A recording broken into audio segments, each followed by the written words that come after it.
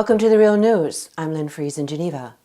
In a new research paper, economist Yilmaz Akyüz lays out his view on why the 2008 financial crisis is taking too long to resolve, and how crisis management in the US and Europe is creating more problems than it's solving. Yilmaz Akyüz is chief economist at the South Center and former director at UNCTAD in the Division of Globalization and Development. Yilmaz Akyüz, thank you for joining us. Thank you for inviting me. In your paper, you write about a fundamental systemic problem, a deflationary gap in the world economy. You say it's due to underconsumption as a result of a low and declining share of wages and GDP in all the major advanced economies, including the US, Germany, Japan, and in China. Take us through your thoughts on that.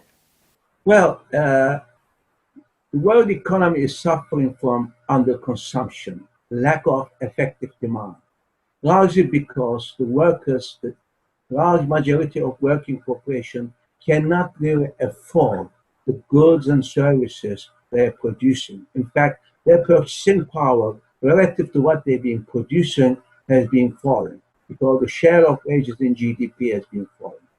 Despite that, before the crisis, we avoided inflationary problems and lack of effective demand because of debt-driven property and consumption bubbles in the United States, in Europe, United Kingdom, and the European periphery, which means that countries, the economies do not pay wages. They're not willing to pay wages or raise wages along with productivity growth, but they are prepared to lend the money so that they were borrowing and spending, and as a result of that, we had relatively rapid growth.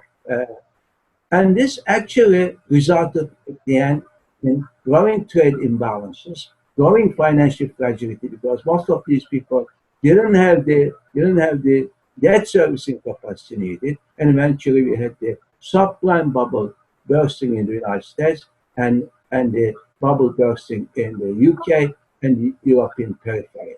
Now, when crisis came, actually the policy response widened the gap by increasing inequality.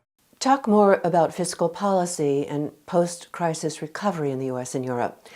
Some economists argue that the top tax rate on the top 1% of income earners could be raised to over 80% without impairing growth.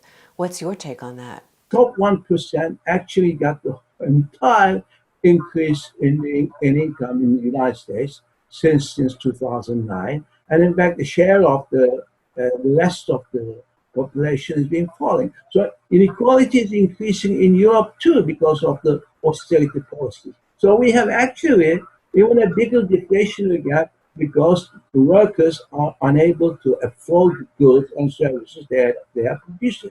Now, how are we going to grow? Again, brings you to the fundamental problem. Are we going back to business as usual? That means we're going to have debt-driven bubbles in the United States or in Europe, or we're going to stuck in a long stagnation. And what other policy shortcomings do you see in the US and Europe post-crisis? Well, one problem I mentioned in the crisis intervention was fiscal austerity after the initial expansion. A second shortcoming in the policy response was actually the inability and, in fact, unwillingness of the governments to remove that overhang by timely, orderly, and comprehensive debt restructuring. Effectively, in Europe, you saw we had some debt relief of countries like Greece, but that was not enough, and Greece was clearly unable, and still clearly it's clear that Greece is unable to pay all this debt, and Germany and the European Union are insisting that debt should be fully paid. In the United States, the main debt problem was, of course, among the mortgage holders. And the government has not really introduced any scheme that could succeed in reducing the mortgages to the level of the ability of the mortgage holders to pay. And the financial intervention in the crisis have effectively meant bailing out the United States banks rather than the debtors. In other words, bailing out creditors' banks. And the banks restored profits. They got back their crisis profits in 2012, and in 2013 they reached the record level of profit. Now, we haven't restored unemployment. We haven't restored the incomes of the mortgage holder. We haven't actually solved out the debt problem. So what you have is U.S. resolved the financial crisis for the creditors, but it did not solve the economic crisis for the workers and the large segment of society. Update us on your views on the shortcomings of post-crisis monetary policy, most notably on the part of the U.S. Federal Reserve. Well, these two major policy shortcomings, that is fiscal austerity and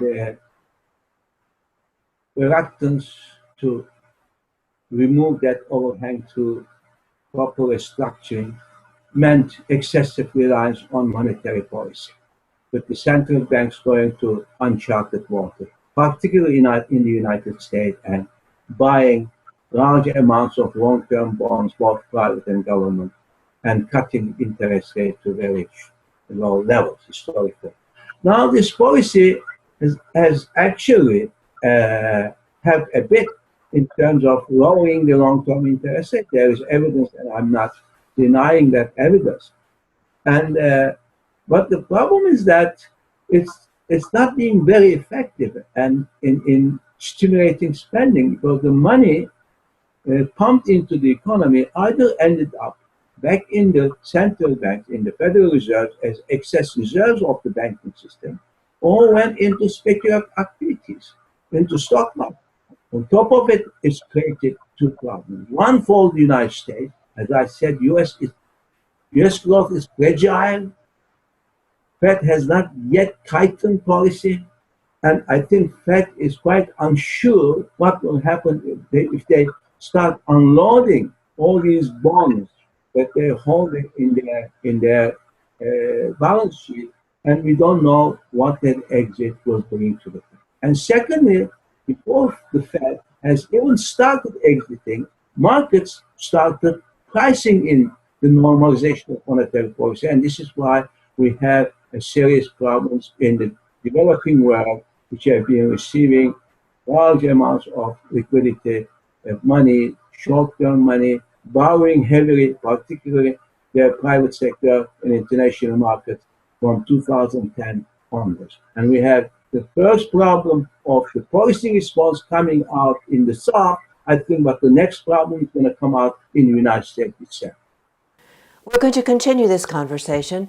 Please join us for part 2 of our discussion on the global economy with Yilmaz Akyüz. Yilmaz Akyüz, thank you for joining us. Thank you. And thank you for joining us on the Real News Network.